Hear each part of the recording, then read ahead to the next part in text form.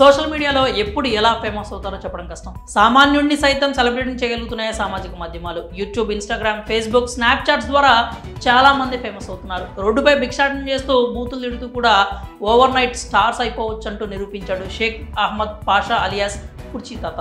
హైదరాబాద్లో కృష్ణకాంత్ పార్క్ వద్ద భిక్షాటన చేసుకుంటూ జీవనం సాగిస్తున్నాడు. అతనికి భార్య, పిల్లలు ఉన్నారు. ఆ కుర్చీ మడతపెట్టి అనే డైలాగ్ ఓ భిక్షాటన చేసే వ్యక్తిని సెలబ్రిటీ హోదాకు తీసుకొచ్చింది. దీంతో షేక్ పాషా కాస్త కుర్చీ తాతగా మారిపోయాడు. అతన్ని మరింత ఫేమస్ చేసేసాయి యూట్యూబ్ ఛానల్స్. దీంతో కుర్చీ తాతకు ఎక్కడలేని పబ్లిసిటీ వచ్చింది. ఇదే డైలాగ్ను మహేష్ బాబు, త్రివిక్రమ్ కాంబోలో వచ్చిన గుంటూరు కారం మూవీలో కూడా వినియోగించారు మ్యూజిక్ డైరెక్టర్ తమన్.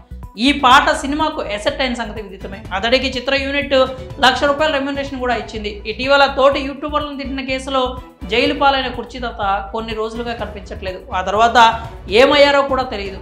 అయితే ఇప్పుడు అందిన సమాచారం ప్రకారం ప్రస్తుతం ఆయనకు ఆరోగ్యం క్షీణించిందని, ఆ కారణంగా కుర్చీ తాతను కుటుంబ సభ్యులు ఆసుపత్రిలో చేర్పించారంటూ తెలుస్తోంది. గాంధీ ఆసుపత్రి వైద్యులు ఆయనకు పరీక్షలు చేయగా క్యాన్సర్ అని నిర్ధారణ అయిందని, పరిస్థితి విషమంగా ఉన్నట్లు వైద్యులు నిర్ధారించినట్లు తెలుస్తోంది. కాగా ఆయన ఆల్కహాలిక్ కూడా కావడంతో ఈ వ్యాధి బారిన పడినట్లు తెలుస్తోంది. ప్రస్తుతం ఆయనకు వైద్యులు చికిత్స అందిస్తున్నట్లు వార్తలు వస్తున్నాయి. మరి కుర్చీ తాతకు క్యాన్సర్ అంటూ వస్తున్న వార్తలపై మీరేమనుకున్నారు? మీ అభిప్రాయాలని కామెంట్స్ రూపంలో తెలియజేయండి.